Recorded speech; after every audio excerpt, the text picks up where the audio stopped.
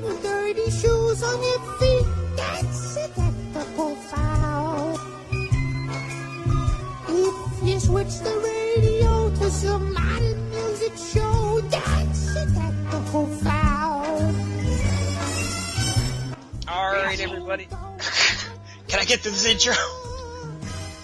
Alright, everybody, welcome to another Ink and Paint Club review.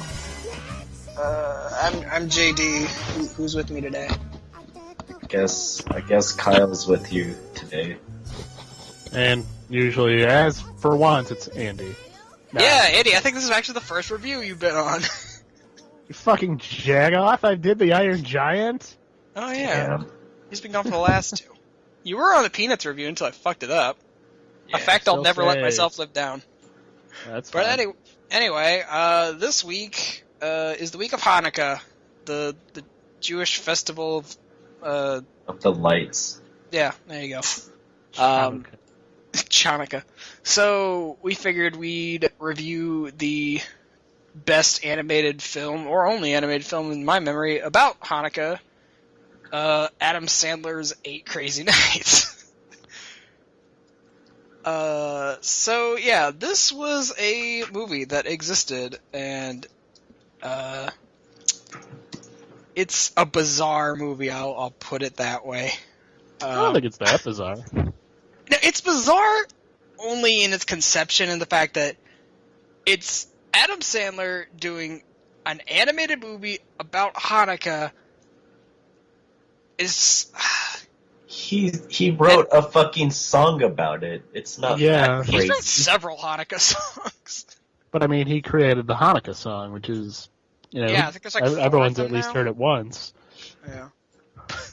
Yeah, it's like, I'm gonna make a song that lists off every celebrity that is Jewish. So, there you go. Well, I mean, people complain about how people complain about how there's no, cultural diversity. Well, he's doing it. He's spreading the Judaism around for everybody. mean- So, sorry. So, 8 Crazy Nights came out back 2002. So, God, this movie's like 13 years old now. Christ, I feel old. Well, you are.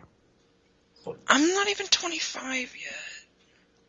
Anyway, so Andy, as someone who this is the first time you watched this movie in your life, why don't you explain the plot to everybody?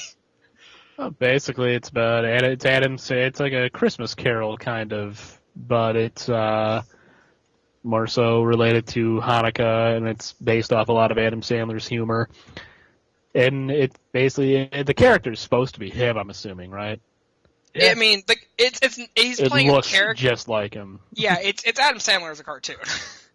Well, basically about Shaved this guy head named it's basically this guy named Davy Stone, who is essentially, especially around the holidays, makes his entire neighborhood miserable. He drinks, he goes around fucking everything up, has no love for the holiday whatsoever, and he makes the mistake of getting. For that matter.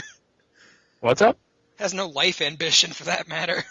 Well, no. I mean, that's a big part of it. Is that what happens is he basically gets typical, movie fashion. He gets arrested, and he's going to be sent to prison. But this goofy old Jewish guy named Whitey, Who's also voiced by him. Adam Sandler voices like 5 people in this movie. And a deer. And a deer. Whitey, this tiny Jewish man who coaches, who referees the. Oh wait, no, children's Whitey's not Jewish. He celebrates Christmas. Oh yeah, I just kind of assumed. He's just like this I don't know. dwarf man. But anyway. Well, he's got like an adult-sized foot and then a kid-sized foot on the other foot. Yeah, and he's like 3 feet tall. Yeah, he's just ridiculously tiny, and he's really talks in this high-pitched, squeaky voice. It's Adam Sandler basically doing a funny voice. Yeah. Throughout the entire movie, and it's no different than what you find on the internet. So I don't know why people are so fucking hard on this movie. But it's a big movie about it gets surprisingly very deep. Like there is actually a pretty intricate plot going on as to why this guy hates the holidays, and it was I don't know. I meant to see it when it came out as a kid. I missed it because I heard it was terrible, and I don't know. I just didn't get out to the theaters to see it. And I watched it yesterday, and I'm actually kind of mad I didn't see it in theaters. Yeah. I actually did see this when it came out, because when it came out, I was kind of at that age where, just entering middle school, so Adam Sandler was still funny. And my brother just bought the VHS just randomly one year, and we just watched that shit on repeat all through Christmas, and we thought it was the funniest shit we'd ever seen in our lives. It's stupid humor, but it's funny. Yeah, it's. Like, I don't. Sorry, Yeah. that was my dad. Oh, it's fine. Yeah, this movie is really odd, because it is like really gross out Adam Sandler humor a lot of the time. I mean, there's a fucking joke about someone getting shoved in a porta potty and thrown down a hill. Oh, the poop sickle. Yeah, the poop sickle. I mean, it's meant to be, because it's like an adult movie, but not. There's a Yeah, lot of, it's Adam Sandler doing childish humor, which, I'm someone who's okay with that. As I told JD when we were talking about it, I'm someone who went to go see, actually my whole family for the most part went to go see Dumb and Dumber 2 when it came out in theaters. And we enjoyed it. But I don't know, I feel kind of bad that, like, not necessarily gross out humor, but stupid childish humor is so looked down upon in mainstream media when you consider the fact that so much of, like, what people watch on the internet nowadays is like, that exact kind. That's like 100% of what's on Adult Swim, like fucking Like Rick Robot and Morty. Chicken and shit. Like, I get that Rick and Morty has a lot of deep sci-fi stuff to it, but it also has some pretty stupid gross-out humor in it. I mean, they had a character named Mr. Poopy Butthole on one episode. So don't start fucking getting in my face because I think 8 Crazy Nights is funny when just because it doesn't have some weird sci-fi twist. Yeah. But I don't know. I really enjoyed it. I thought the voice casting was funny. Rob It was Schneider. Right, that's right. He was in there. John Lovitz makes an appearance playing a character who looks like himself. He must have the same claws that Danny DeVito has in his animation contract. Basically. Or I believe I mentioned that during the Space Jam review, or if he plays a character in a cartoon, they have to look like him. Yeah, I mean, you got Danny DeVito to make him a short little fat guy. Why not? You're not gonna make Danny DeVito a fucking tall, attractive man. I mean, Not with come that on. voice, anyway. God, that would be hilarious. I think that'd be hilarious. Yeah, so, like, one of the biggest things about this movie that kind of throws me for a loop is, like, you have all this really gross toilet humor, but this movie is actually really almost kind of beautifully animated. Oh, it's kind of like a budget version of the Iron Giant. It is. Was it the last thing Warner Brothers produced before? I'm looking at this, and I don't think Warner Brothers was even involved in this. It was produced by Columbia. What? So, Okay. But I think a lot of the team from Iron Giant was brought over because, I mean, I'll say this: there's this kid that is like the child of Adam Sandler's love interest in this, and that kid looks exactly like Hogarth from the Iron Giant. Like, didn't even bother try. He's got a little less character than Hogarth. Like, he's just kind of sort of a pale sort of. It's kind of like Hogarth with any of the personality. Well, I'm just saying, like, visually, he looks like Hogarth. like his face doesn't have as many recognizable features, and that's why I mean it's like a budget version of the Iron Giant of animation because it has like the style is very similar. The animation's actually really good. I think. Yeah, like a lot of the character animation. Scene. Yeah, like a lot of the choreography for like the basketball scene is really nice. A lot of the character animation is really fluid. Like, and this is probably a really gross thing to mention, but like even when they do the part of, shoving the porta potty down a hill, and they like open up and you see all the shit running.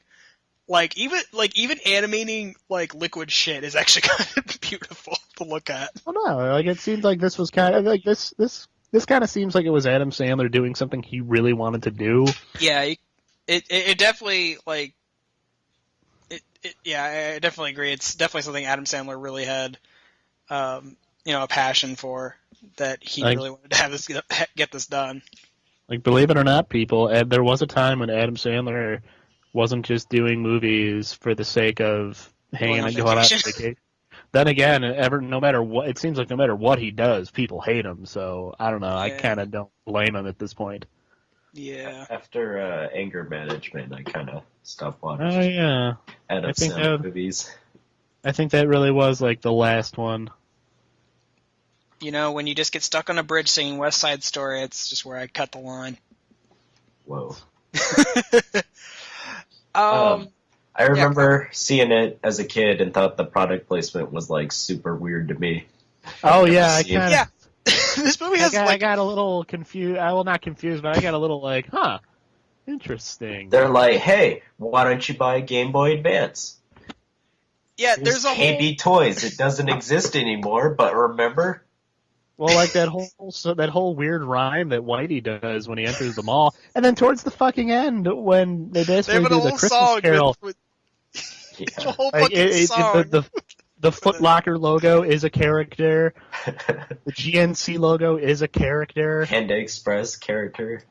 Yeah, like they pretty much have all these they have all these mascots come to life and sing, and they all have voices, and they're all once again kind of really well animated. I know, and like the whole product placement thing for one sector doesn't bother me because it almost fits into the narrative. Because there's a plot point in the movie where Whitey is like he likes to go around walking around the mall because he likes to window shop or whatever. So he does do this big little rhyme like naming off all the stores that he likes to go to. He's like, do you rhyme that many times on purpose, or is this like you prepared? I don't know. But it's like they make it so that there's a reason all of these product placements are here is because they spend a lot of time at the mall. So, of course, they'd have all these different stores that you could reference off of. And I also think that's probably where they got a lot of money for this movie. Yeah, I mean, it wasn't like it was... It didn't feel as obtrusive as, like, the Transformers movies, where it's the Mountain like... Dew robot? Not even the Mountain Dew robot. Like, just every other thing, like, here's the car logo for 5 seconds. Basically, every fucking car they used was just... Wasn't it was it Chrysler? I forget who it was. I think a lot of car companies were in there. I don't fucking know what a car. I don't know car brands. What the hell am I trying to pull? Yeah. But I, as someone who didn't see it when it first came around, even watching it now after, everyone pretty much exiled or condemned Sandler, I actually think this is one of the movies that, if you go back and you're like going back through like his glory days for the most part, like Billy Madison, Happy Gilmore. With the Sprouse kids? Yeah. Like, I think that 8 Crazy Nights is more than deserving of, some attention. It's definitely during his heyday. Well, not even that, but you know what I find funny? We live in a time now where people will demand a boycott of the movie Zoolander because they make fun of the whole, because they want to ban on Zoolander 2 because of the whole transgender thing. Sure. I find that whole situation funny because everybody loves to suck that guy's dick. Oh, Benedict Cumberbatch or Cumbersnatch, whatever you call his name. But I find it funny because in one of the songs, there are some pretty decent songs in the movie too. And, yeah, it's like it's an adult movie, yet it's still like a musical. Yeah, but like there's a really quick. It's not even like a joke, but there's a one-off joke where this guy, typical normal-looking business guy, is singing about how his current wife used to be a man, and it hands over to this guy in a dress, and it's like no one bats an eye at it. It's like they're clearly in a happy. It's like a passing remark, and it's like I'm thinking to myself, well, how come nobody applauds the movie for that? I mean, you're gonna fucking internet critics are gonna throw a shit fit because it uses gross out toilet humor because the angry video game nerd never does that in any of his movies, but people love him. I'm pretty sure he had a video where he shit on Bugs Bunny's face, but whatever. I was just looking up 8 Crazy Nights on Google Images, and good old nostalgia critic. Don't even get me started. Oh yeah, he did a review a while back. Let me guess, he hated it, and he thinks the comedy was childish and stupid, just like his show. Well, just the picture itself. Just the picture itself had him holding Whitey's severed head, so... I Oh assume yeah, he didn't yeah, quite because like it. violence is humor, right? Yeah. Yeah. I mean, because Kick-Assio went over really well, from what I understand. jeez.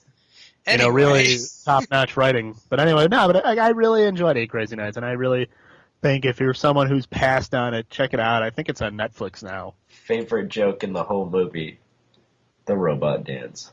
Oh yeah, there's a lot of stupid. It's stupid humor, and I'm someone who defends stupid humor because sometimes I think we need it. And this movie has a lot of heart behind it. Like that scene. There's a scene God. where Adam Sandler's character Davey, the asshole of the movie, who the plot focuses on, he ends up playing basketball against these two guys, and Whitey gets knocked out by getting a ball jammed into his face because he's like 3 foot tall. He's like 3 feet tall, and he's trying to shoot a basket against someone who's like 5 feet tall.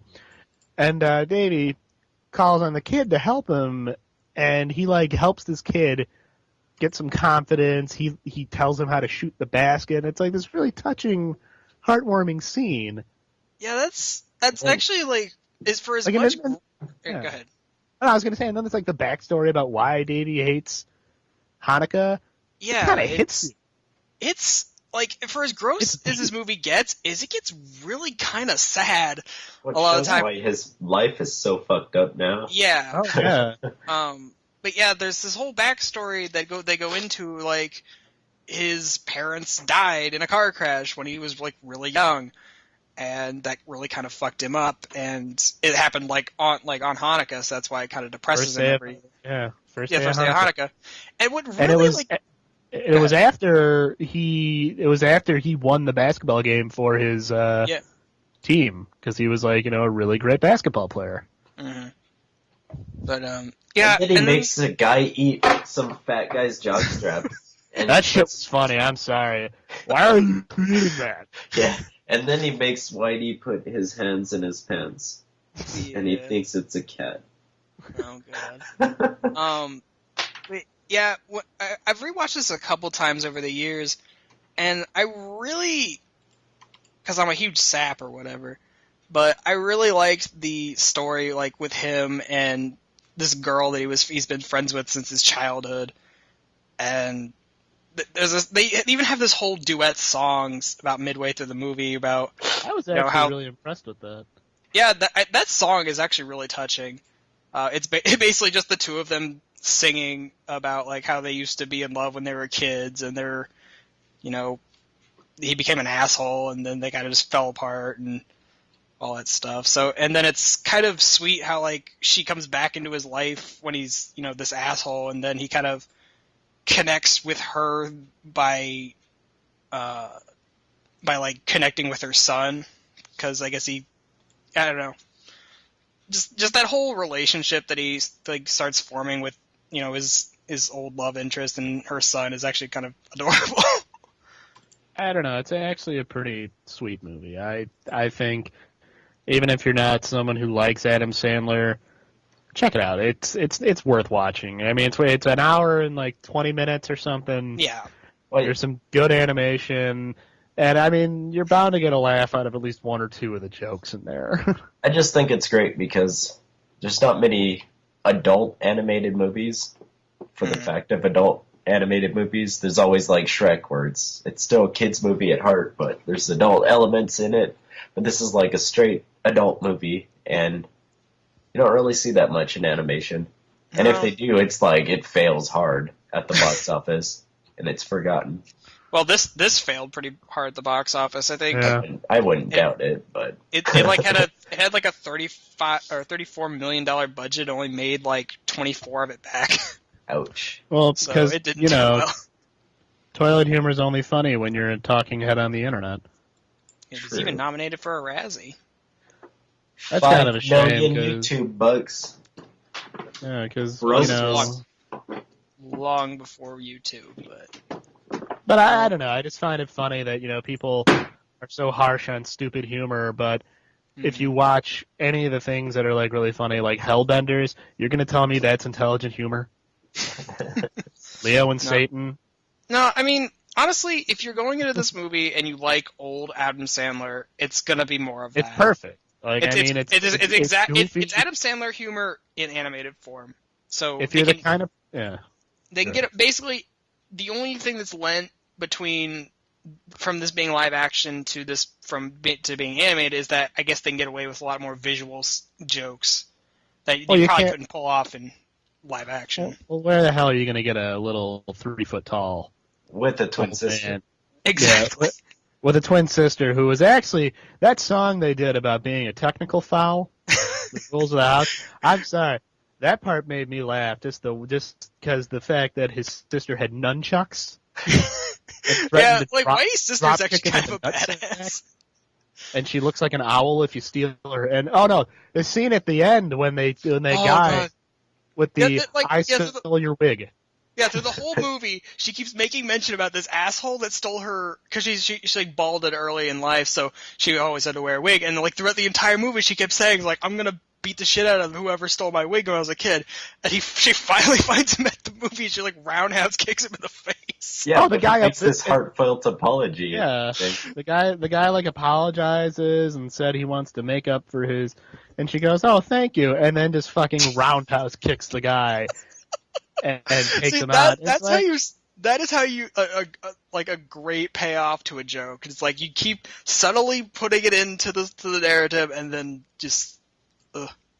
I mean, I know everyone hates Sandler now, but seriously, give this movie a shot. And if you're one of those people who bitches about how there's only movies about Christmas, well, check this out because it's about Hanukkah. It's a Hanukkah movie. I mean, you don't learn too much about Hanukkah, but but I mean, enough people know about Hanukkah, I think.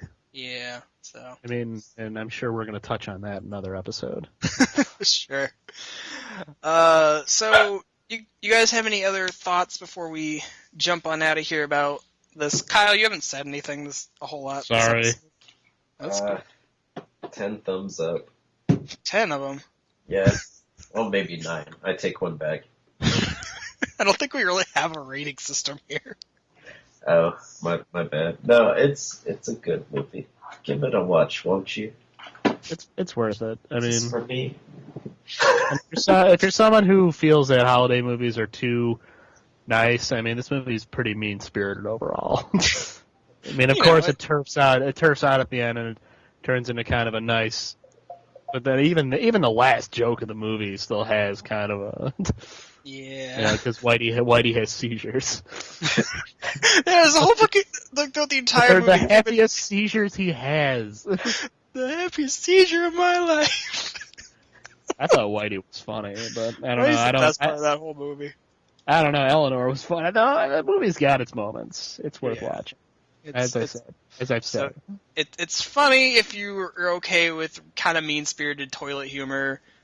Which, if you watch anything on the internet nowadays, you probably are into that. Yeah, and if anything, it's a really beautifully animated movie especially for what it is, and what they do with that kind of stuff. So it's up there with anything that Warner Brothers is doing like 90s.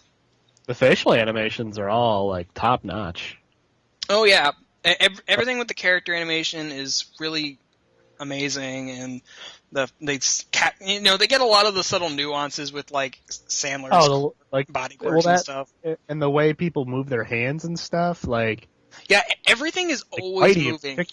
Nothing about the character animations feels stiff. Everyone's always moving. It's always very fluid. It's very pleasant to look at, even when things are covered in dookie. Well, I mean, like when you consider the fact that Whitey, that character, has one adult-sized foot, one child-sized foot. He's always like limping around. Well, it's like he's not even like limping, but he's like hopping almost. And they have that scene during the basketball scene where he's, running as much as he can run with the ball. And if you really look at it, the animation's really impressive because it feels like somebody with twos, like, he's not just it feels like he's running with what he has. Right. It's beautiful. All right. Well, I think that just about does it for this review. Like we said, I'd give it a chance. It's a good movie. I don't think we've reviewed a movie that we don't like so far. Oh, I think we did. I had some shit to say about the Peanuts, but Yeah. nobody will ever know because what happened there, JD? Dingus over here. Dingus over here. I'm Oh, sorry. Wingus and Dingus. All right, everybody. We'll be back again sometime with another review of something in the future. Who knows? I don't know. We will. Leave me alone. All right, everybody. Good night. Good night. Melissa Gilbert and Michael Landon never mixed meat with dairy. Maybe they should have called that show Little Kosher House on the Prairie.